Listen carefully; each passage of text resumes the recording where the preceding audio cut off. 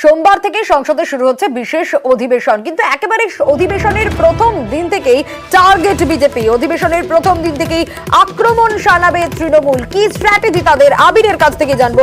আবির, একেবারে প্রথম দিন থেকেই তৈরি তৃণমূল, কোন কোন বিষয়গুলোকে বেছে নেওয়া হচ্ছে, কি স্ট্র্যাটেজি?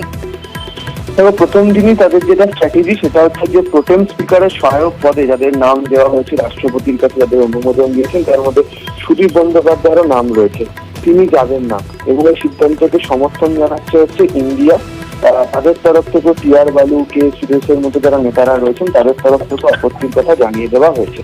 দ্বিতীয়ত, সংসদ পুরোদমে যখন শুরু হবে তখন তার দুই কক্ষে দাঁড়িয়ে শেয়ার কেলেঙ্কারি এবং একই সঙ্গে হচ্ছে যে এক্সিট পোল, তার ভিত্তিতেই শেয়ারের বিষয়কে সামনে নিয়ে আসা হয়েছে। এই দাবিতে সরব হবে হচ্ছে তৃণমূল এবং এক্ষেত্রে দাঁড়িয়েও সমমনোভাব সম্পন্ন একাধিক রাজনৈতিক দল তাদেরও সমর্থনের দিকে তৃণমূল কংগ্রেস এগোচ্ছে। ইতিমধ্যেই শেয়ার কেলেঙ্কারি ইস্যুতে সেবি সদর দপ্তর মুম্বাইতে গিয়েছিল তৃণমূল।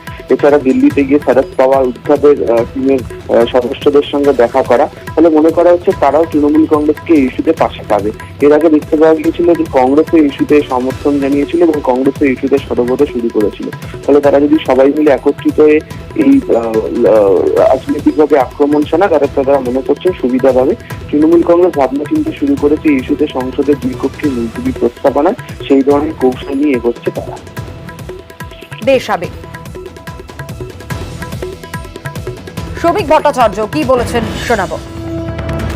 এটা মনে করছেন কেন যে একতরফা বিরোধীরা কথা বলবে আর আমরা চুপ করে বসে থাকবো? এটা মনে করার কোনো কারণ নেই যে ভোট পরবর্তী হিংসার যা তৃণমূল কংগ্রেস চালাচ্ছে, যে নিরবিচ্ছিন্ন অত্যাচার চলেছে, সেটা শুধু লোকসভায় নয়, রাজ্যসভাতেও উঠবে, ঝড় উঠবে। একেবারে প্রথম দিন থেকেই টার্গেট বিজেপি। আমরা শ্রমিক ভট্টাচার্যের বক্তব্য শুনছিলাম। শ্রমিক ভট্টাচার্য বলছেন যে বিরোধীরা বলে যাবে আর তারা কি চুপ করে থাকবেন, কিন্তু সোমবারই সংসদে শুরু হচ্ছে বিশেষ অধিবেশন।